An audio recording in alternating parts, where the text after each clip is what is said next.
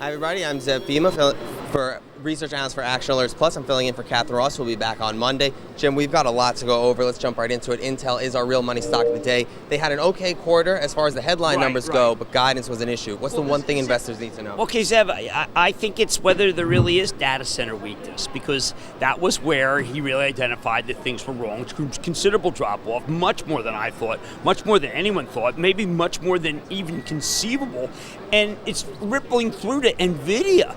And I don't know if that's a correct read-through. Nvidia's an Action Alerts team, but it's small. And you know how much we want to get bigger. So that is going to be my mission this week. And we also had Dell in the bullpen. Is it impacting Dell?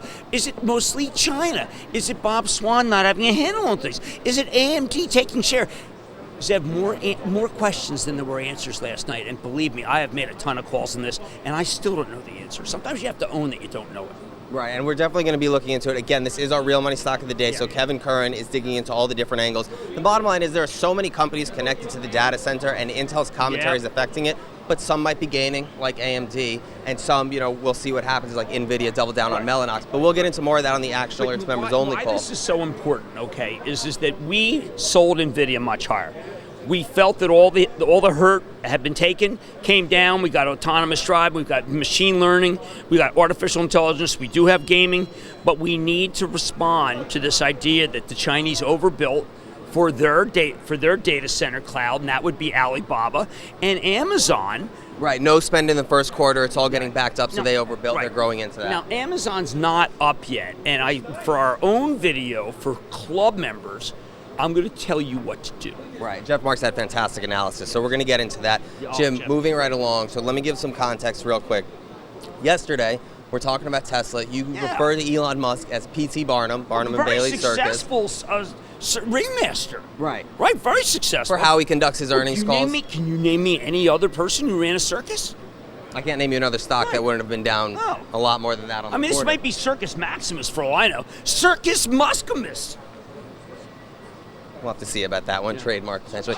So first off, can you indeed verify that you are real? I struggle.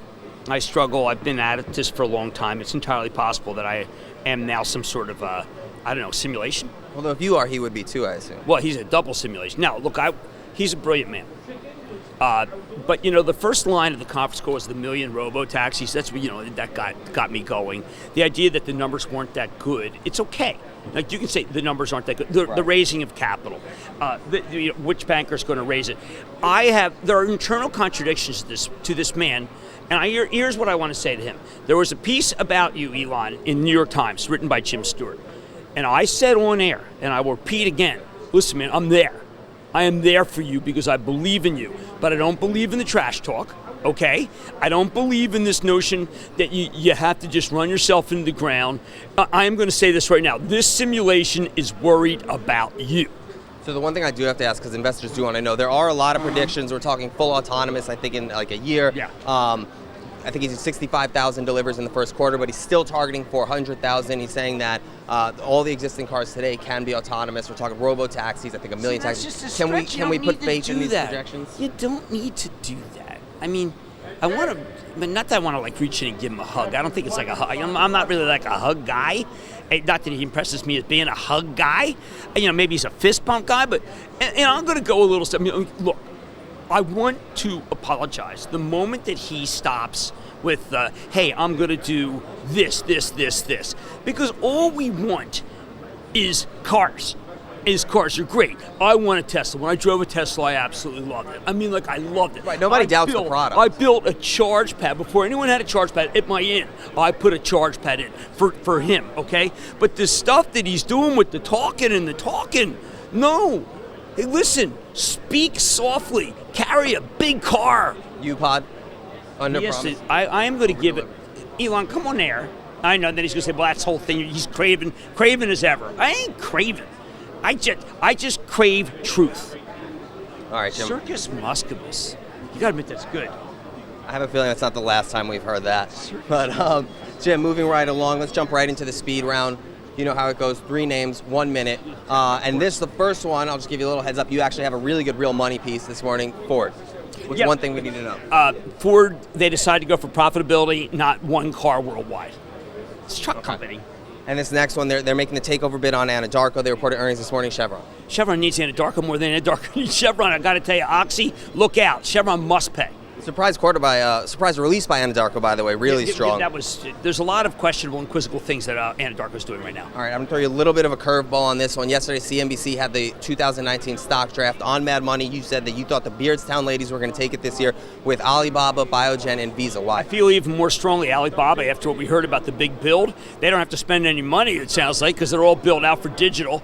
Visa, look, it was good. Next quarter was bad, and the stock didn't go down.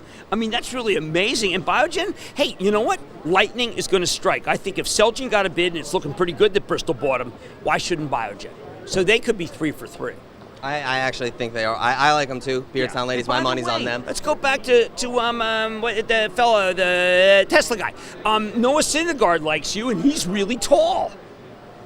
He was also because you did mention that was his pick. I thought you had a really good point on Mad Money, where these competitions are fun, but this is not the type of stock selection you do for a Roth IRA, an IRA. It's a contest. This is really buy and hold, go for everything. Yeah, and you know what Elon's like? I mean, I got an 8.2, okay, from Portnoy for one bite. Did I crow about that on air? Yeah. All right. Okay, so maybe there's some similarities. All right, Jim. You guys know what's next. The guy. Absolutely. He makes life interesting. The stock is tough to own, but absolutely a fan of Elon Musk for sure. Look, you got to pack the house. He packs the house. For sure. All right, Jim.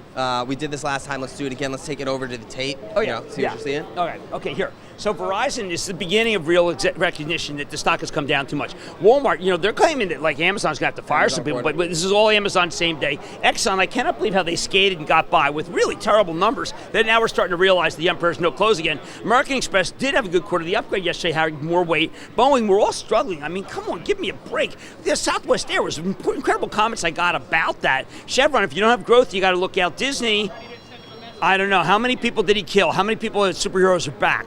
I need to know superheroes back. Is Jeremy Renner back? Goldman is stuck until we get some sort of resolution. Home Depot, that's ridiculous. If you really think that Amazon's killing Home Depot, I'm going to go over there and build a grill for you. IBM, we're waiting. Maybe the cloud is risen. This ice has been there for days. J&J takes out 140 only if they win a talc case, particularly the Missouri case. JP Morgan shouldn't be going up, but it's just kind of floating up. Coca-Cola getting its due now after that pretty good organic growth number.